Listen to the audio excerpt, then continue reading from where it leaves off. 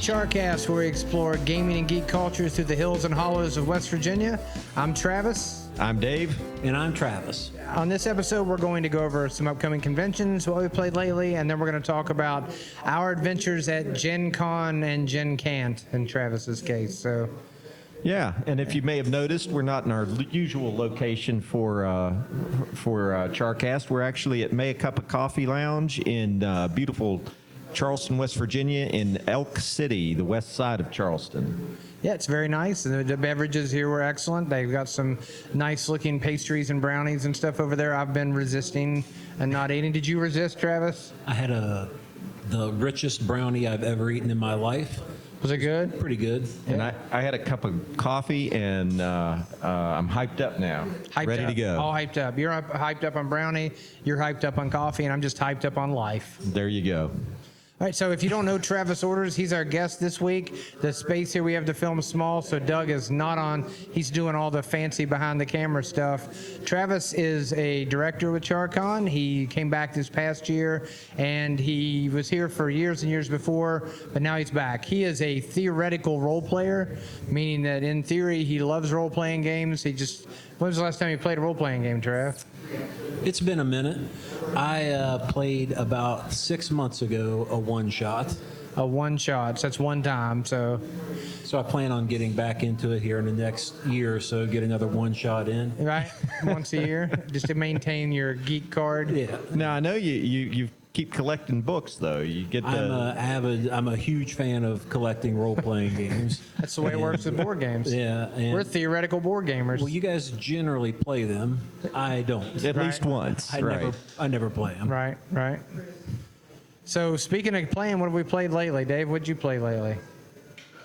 What have I played lately? Well, just the other day, this was one that I had heard a lot about from Origins, and they had it available for sale at Gen Con, and Jason picked it up. It's called Abomination from Plaid Hat Games.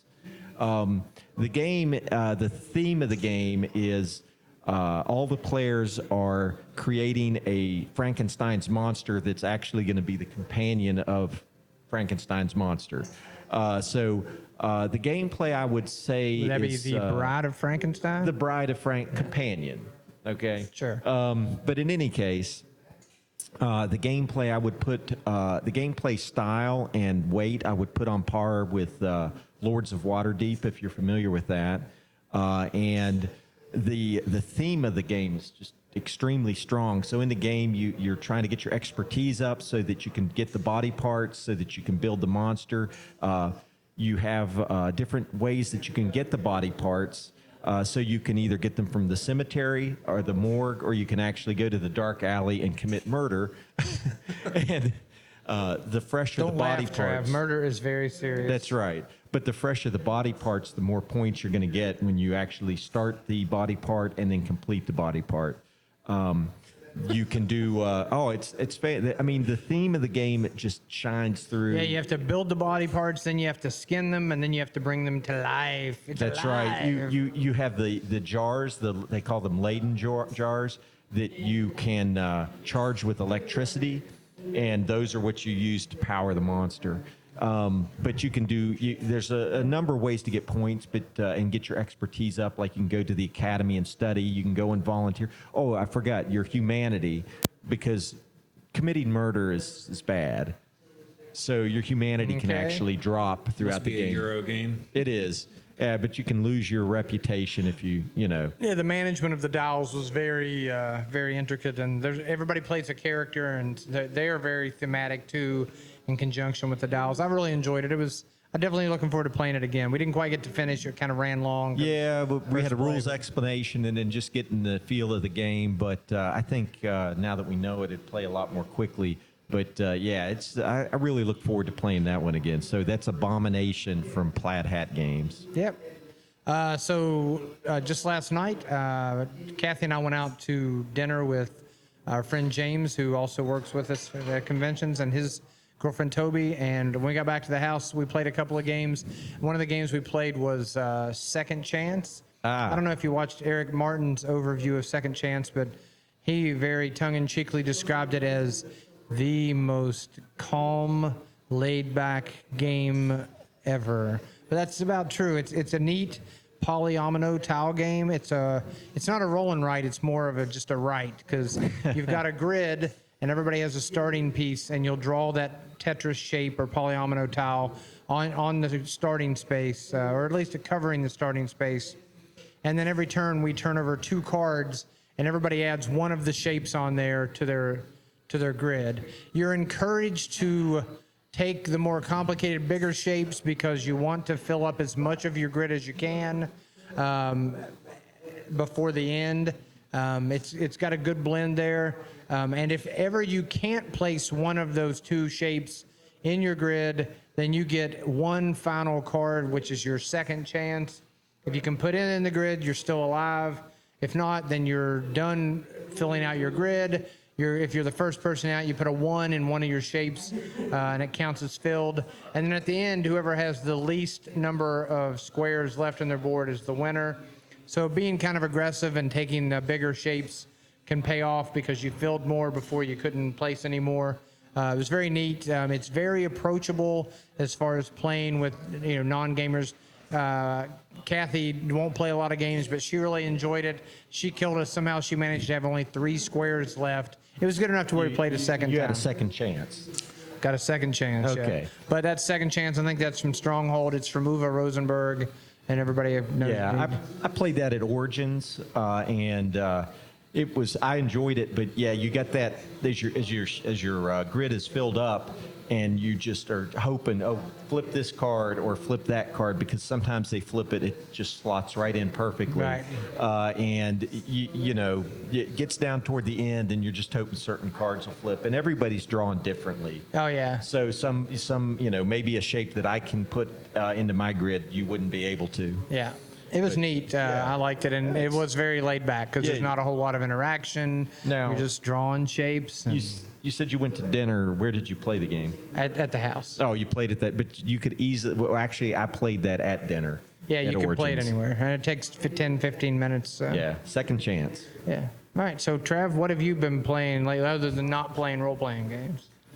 Well, my attention span only allows me limited access to board games, and usually means co-op games. And like Dave talked about last week, we've been playing Journeys in Middle-earth, and he went up to Gencon and figured out what we were doing wrong in it. Maybe make the game a little more fun.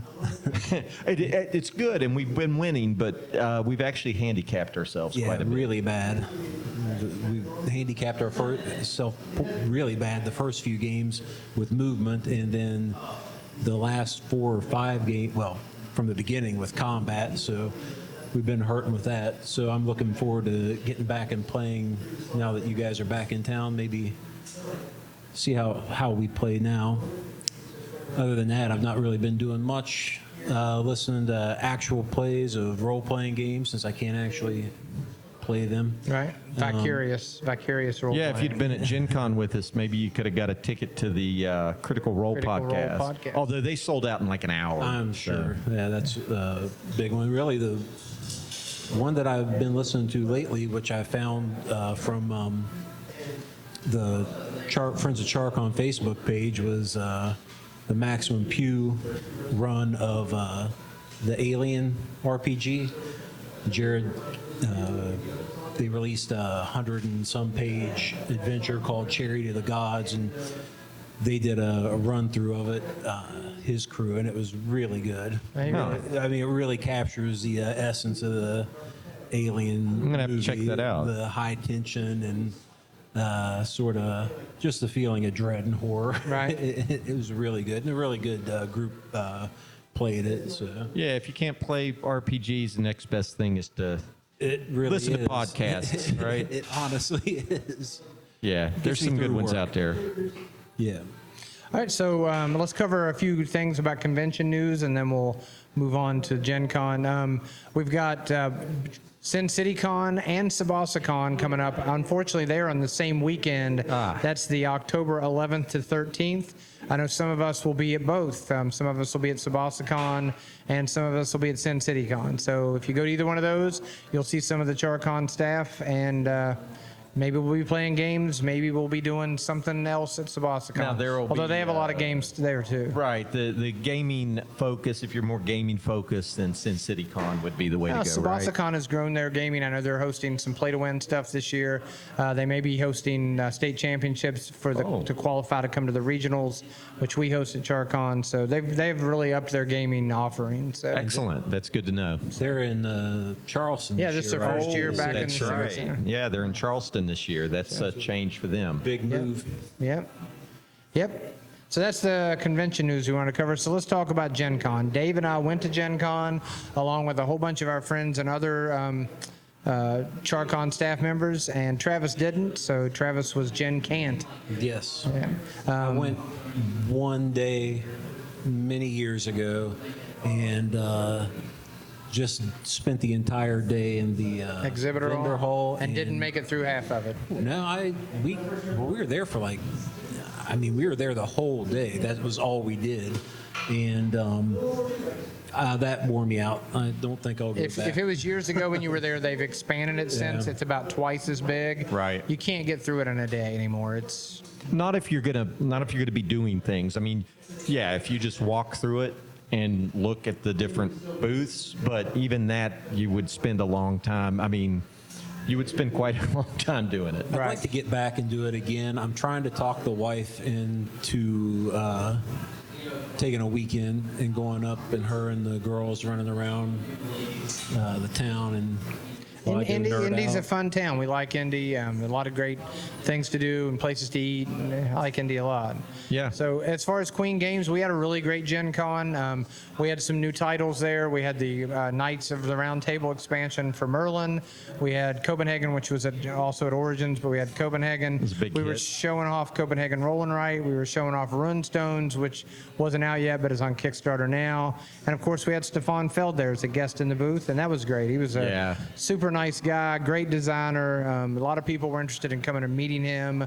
We hosted some autograph sessions and some play with Stefan Feld, and that was really great. Didn't you? Yeah. So I mean, yeah, we had Stefan there for the entire week. I tell you, I mean, in his alternate life, in his real life, actually, he is a school principal in Germany. High school Principal in Germany, but he designed, and he's a great, if you're into board games and somebody says Stefan Feld, you're going to know who he is, because he has got a large list of games that are highly rated, and spending that time with him, first of all, the guy's 6'5" or 6'6", but I tell you, the people that came up to him, he was treated like a rock star. You know, when they saw him, they got really excited. People were having games signed by him, but he has got to be the most humble and modest gentleman that I could imagine, because he's got all these great titles and these people are treating him this way, but he's just Stefan. I did a random search on Instagram because I like to look at the pics from the big cons, and he kept turning up. And like I said, I think I just did a random Gencon #Gencon 2019 search, and so yeah. People love him. Yeah, he was there with his wife. She was super nice. They had a great time. It was the first time they'd been to the States. Yeah. He was super gracious. He was really fun. We went to the Secret Cabal party on Saturday night. He had a great time there. He met a lot of people, took some great pictures. Got a picture of him and Jason Matthews, who was there with us, and Isaac Childress. Those are three great designers. We'll see if we can have Doug throw some of the pictures we had in the video here so you can see them. But Yeah, I took a lot of those pictures with Stefan because as they came up, they would get something signed, and then I'd take a picture with them and Stefan, and so I took a bunch too. It was a lot of picture taking, a lot of people getting their picture made with him. But definitely a great guy. We enjoyed having him. What else was memorable for you from Gen Con, Dave? Memorable for me from Gen Con? Well, now you mentioned the Secret Cabal meetup. That was pretty cool. It was at the Alexander Hotel. it was there was, I don't know, maybe 150 to 200 people There's a there. lot of people There was a there. lot of people there. But again, yeah, Jeff Engelstein was there. Isaac Childress was there. Of course, Stefan was there. So these are all designers who we know. So that's always neat because, yeah, you know, here you are in the hobby, and I'm sure there's a lot of things like that, like people who go to conventions with authors and things like that. But you get to pal around and actually speak to these people as human beings. But you also have played their games, so it's kind of exciting. I Pretty mean, neat. It's a place you never thought you'd be when we first started board You gaming. mean when we were playing Axis and Allies? Yeah, it's just crazy. Yeah, 5-6 times a day or Yeah. whatever. Yeah, crazy Right. time. Yeah. I mean, you know, I'm sure that a lot of the RPG stuff that you get into as you go through the booths at Gen Con, you'd probably run into the actual authors and designers of those games. When I went to Gen Con, like I said, years and years ago, I'm a huge Delta Green fan, and me and Trav stopped by I don't know if it was Arc Dream at the time, or Now, what's Delta Green? Just for the it's a sort of modern survival horror, Lovecraftian conspiracy RPG. It's basically anything you want it to be. It's really good. I love the background on it. Arc Dream does a really, really good job with their storyline. They have some just top-notch writing. I love it. But that was, I got to meet Adam Scott Glancy, who's one of the, he runs great games, has a million stories, and very approachable. Talking to him was kind of like talking to Larry Elmore, where Right. he's just super easy to talk to, super approachable. I saw Larry at the Larry Elmore at the convention. He was walking by the Queen booth, and I said hi to him. And he had a really good con. He said he brought all kind. He usually brings a certain number of prints of like the Red Dragon from that's kind of iconic for him, and he sold through them in the first day. Yeah, he's a And legend. So he He's was the best. He was a little disappointed because he could have probably sold twice lot that more, many. right, I Yeah. gotta say, having dinner with him at CHARCon 100 years ago was one of the nerd highlights of my life. He Yeah. was just Very good guy. Again, never would have imagined Yeah. you'd be You had a having chance dinner to with meet a lot of Larry Elmore. Yeah. Yeah. So I'll tell you one of the things that stood out for me at Gen Con. So Gen Con this year, Board Game Geek, or BGG as we all know it, unveiled their new branding. They've changed the image of Board Game Geek. They've restructured all their colors and their logo and everything. And they sort of unveiled that at Gen Con. Like, for example, I've got on one of their new hats that shows some of the new colors and some of the new graphics. And that was a buzz there, but man, they implemented all of that to the website and changed simply the appearance of the website. No functionality changed. And man, you would have thought that the internet had been personally stabbed in the throat over this. It's just nuts to me. And you know who I don't hear complaining are old school gamers, right? Like you and I. And I'll tell you why, because we appreciate what Board Game Geek has done for the hobby.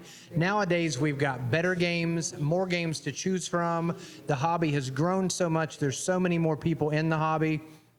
We're so much better informed. We know where to go to find information. And Board Game Geek is a big piece of that, and they've helped grow that. And this is a message for all you people out there complaining. This is a news flash. The rebranding is not for you. If you're already using Board Game Geek, you know the value of Board Game Geek. You know what you can get there. You're going and you're finding information about games. You're looking up other games. You're doing math trades.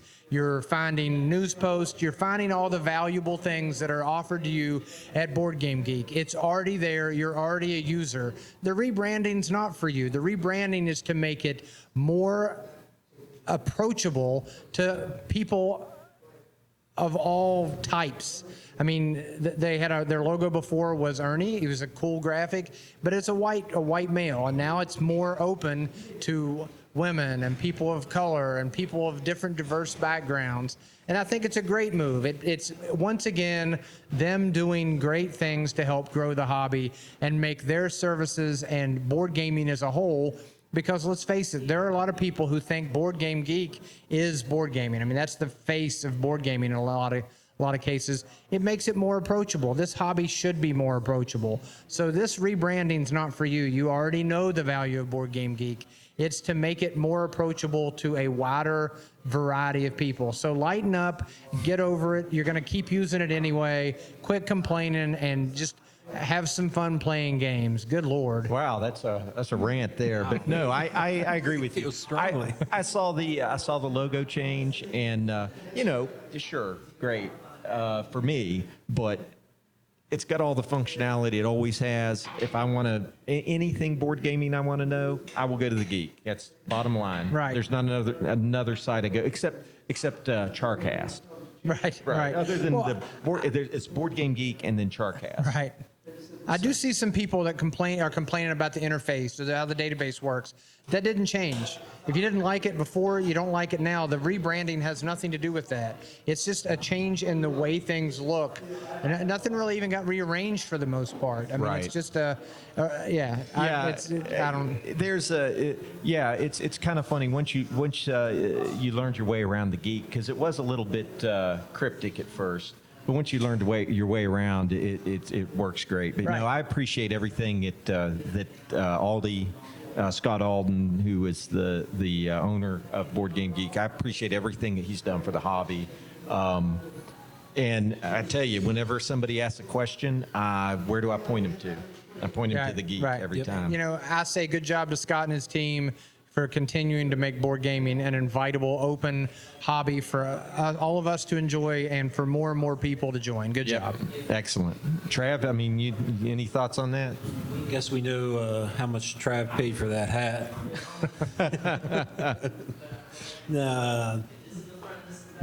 People hate change. Right. Like you said, the Geek is super. If you just stumble on it, it's not easy to navigate. At least I never thought it was. But it is absolutely 100% where you go if you have any questions about a game. Rules questions. all I you can't have to tell you how do many. is do a general search, and that's what it comes up. I mean, how many times did we use it? Our last play session of Middle Well, Earth. and it's not even a lot lesser known is the fact that it also hosts RPG Geek, which is a huge catalog of role playing, and they actually have a video game version as well. I mean, Oh, I didn't know yeah, that. it's all it's a go-to place for gaming. Yeah, it's definitely. Miniatures Geek? Not sure. Well, what Board Game Geek it just has made the condensed nerd culture and made it's a meeting place for everybody. Oh, yeah. It's made the nerd world a smaller place. Oh yeah, I mean, there are people out there who have built game groups who've just found people on Board Game Geek, conventions that come together. I mean, it's definitely a resource. Like I said, big impact to the hobby. They're just trying to make themselves more People appealing complain to More about stuff accessible, like yeah. that. Just people on the internet like to complain. Rant over. Sure, right. Anything else from Gen Con you want to talk about? Gosh, Dave? I tell you, I mean, the cosplay was top notch. We saw Chris DeHart there. He looked great. The heart looked was great. He in the contest? He didn't enter this year. He said he didn't feel like it was ready. That was mainly why I was looking. It looked good. I thought it was, Instagram. for me, I mean, considering some of the cosplay that I did see, it was more than ready, but maybe not top tier as maybe what Right. he It was was looking pretty for. nice. Well, I don't Oh, know yeah. if they may only let you enter the same costume once, and he may not have wanted to enter because he didn't feel like it was ready, so he wants to wait maybe. Yeah, saw a Starfire, was that it? Yeah. Who left very little to the imagination.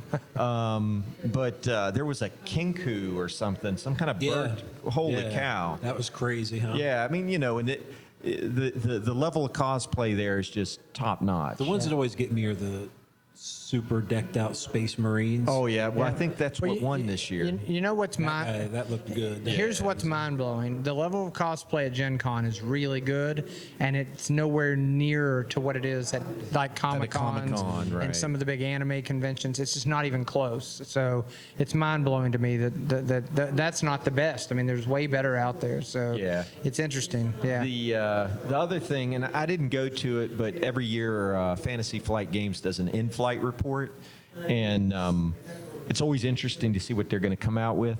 This year they didn't spoil the surprise. They kept it a secret. As a matter of fact, I was at Granite City having lunch with a gentleman named Caleb Grace and some other friends. Caleb is a designer at FFG, and he does the Lord of the Rings card game. And he said, boy, I'm going to be glad, because it was Wednesday. The in-flight report was done on Wednesday. He said, I'm going to be glad because I'm finally going to be able to talk about the thing I've been working on for the past year and a half, or whatever it had been. And at the in-flight report, they dropped it. It's a Marvel LC living card game for Marvel. Oh, wow. And It'll be huge. yeah, so some of the guys, I didn't actually get to play it, but some of the guys I know did get to play it. They said it was really good. Fantasy Flight, FFG, has a great track record with the living card games. So that's these guys should be investigated by the Secret Service, because they are counterfeiting money. They're just printing They are money. printing money. FFG and Asmodee, they're just printing money. They've yeah. got the Star Wars license, which has been X-Wing and Outer Rim Game of and Thrones. Rebellion. They've got the Game of Thrones license for their LCG for Game of Thrones. Now they have the Marvel license. I imagine that's with the connection with Disney, Star Wars, and all that. I assume if they've got the license for Marvel, that we may be seeing some board games come out that are. Who knows? It's hard to say, but Well, I mean, they've had Marvel for a long time. Don't you remember they did that Marvel Heroes game? yeah, that way was back in the through day? Marvel Heroes. That was Fantasy Flight also. It was from Ares, but they were the ones that were distributing You talking it about here the in the United big States. box Marvel Heroes? Yeah, I own it. I have one too. And it was the same. I think they were doing it on a license from because it's Italian designers that put that together. But I actually own that, and it's a neat game. It's not very accessible. To understand and grasp it is really difficult. But I tell you, I could see them cranking out a few big board games on the Marvel license if they have it. But Sure. they got the living card game now. Yeah. You know, one of the surprise hits, I didn't get to play it, but one of the surprise hits at Gen Con was the Pop game. Everybody kept talking about it. Did you not see it? It's Pop Vinyl, and there's a little. The small. Funko Pops. Yeah, Funkoverse. Yeah, they've started Funkoverse. Right. Yeah, it's a game, and it comes with little mini-sized Pop Vinyl figures. And they had a Harry Potter set and Marvel set and maybe a Batman set. And I think they all play together. And people said the game was actually really good. Right. Jason Matthews, as a matter of fact. Yeah, I saw him. Picked up a copy. Saw pictures of him at the booth. I didn't know that's what it was for, though. Well, yeah, that's what he said. It's one of those things where he picked it up thinking, yeah, okay, Funko Pop, how good can it be? He said it was actually a very good game. So can't judge a book by its cover. Right, yeah. The other big board game release that I know of that was supposed to happen but did not was Gale Force 9's re-release of the Dune board game. It was supposed to drop at Gen Con, but Gale Force 9 is notoriously famous for missing their deadlines. And man, what a That's deadline. too bad. I'm sure That's that cost them a lot of money. That's a terrible deadline to miss. Yeah. no, they can release it next year. There were lots of games. There were lots of hot games. I know Wingspan was there, and they sold a bunch of Wingspan. Yep. There was a lot of very hot games. I'm sure you can go online. Ravensburger had their their villainous expansions, and then one called Horrified, which is the Universal monsters. So your Frankenstein, Swamp Thing, Dracula Right. board game. That was a hot item. You always have the running. Have you ever seen the running of the bulls, as we call it?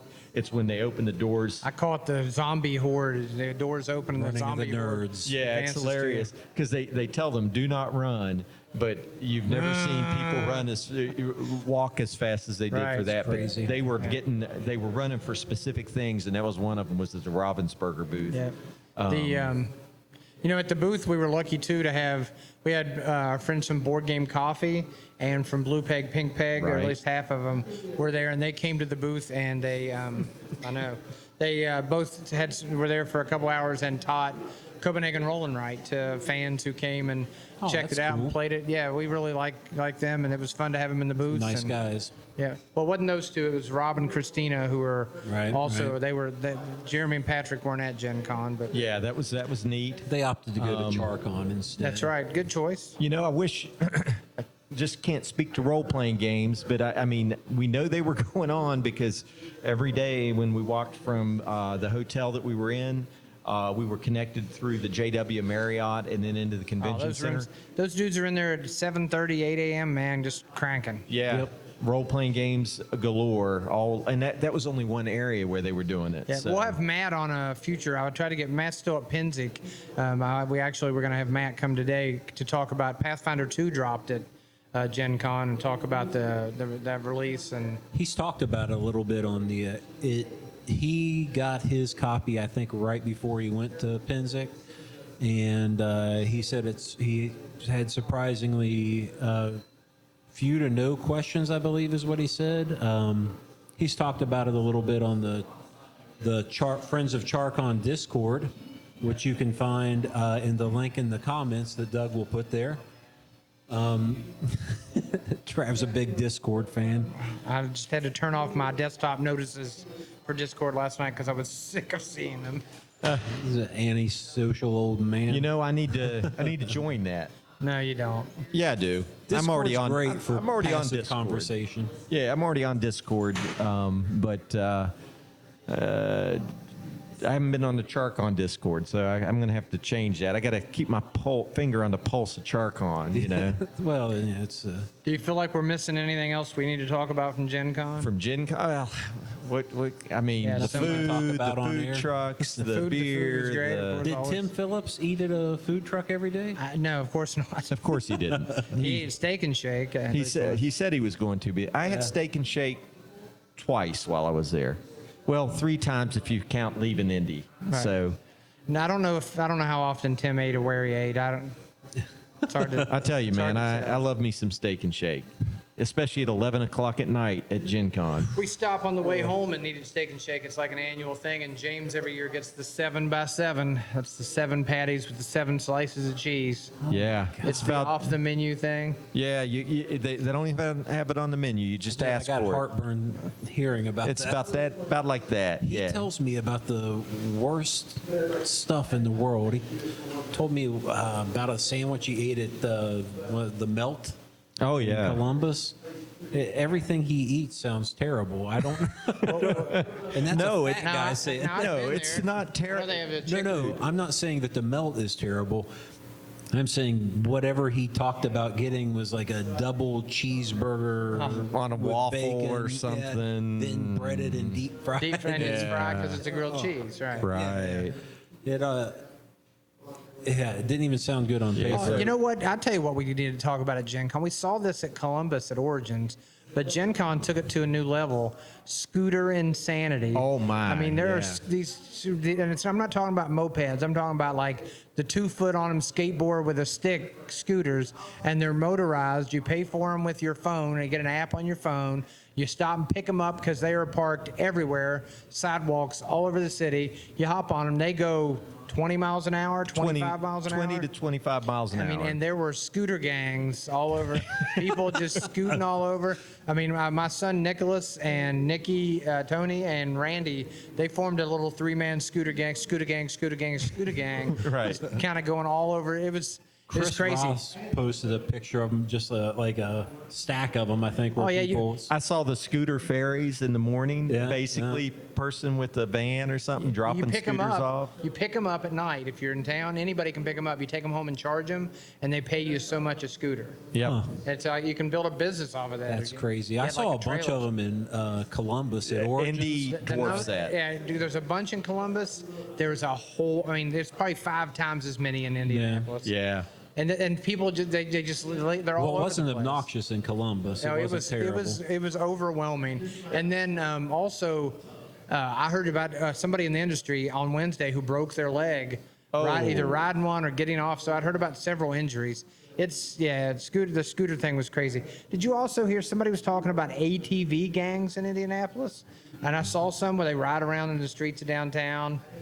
I Yeah. didn't see that. Yeah. Wow, I missed that. But yeah, so I mean, it's like, what did we not talk about at Gen Con? What, I Right. mean, it's 60 to 70,000 people. It's huge. With more things going. I Huge. still have never walked over to Lucas Oil Field. I haven't either. I have to make Right. There's a tunnel from the building that goes underground to travel over to Lucas Oil, and I've never been over there Yeah, either. I had some friends that played True Dungeon finally. I've never played True Dungeon, but they had a great time. So, what did we not talk about Gen Con? We didn't talk about everything.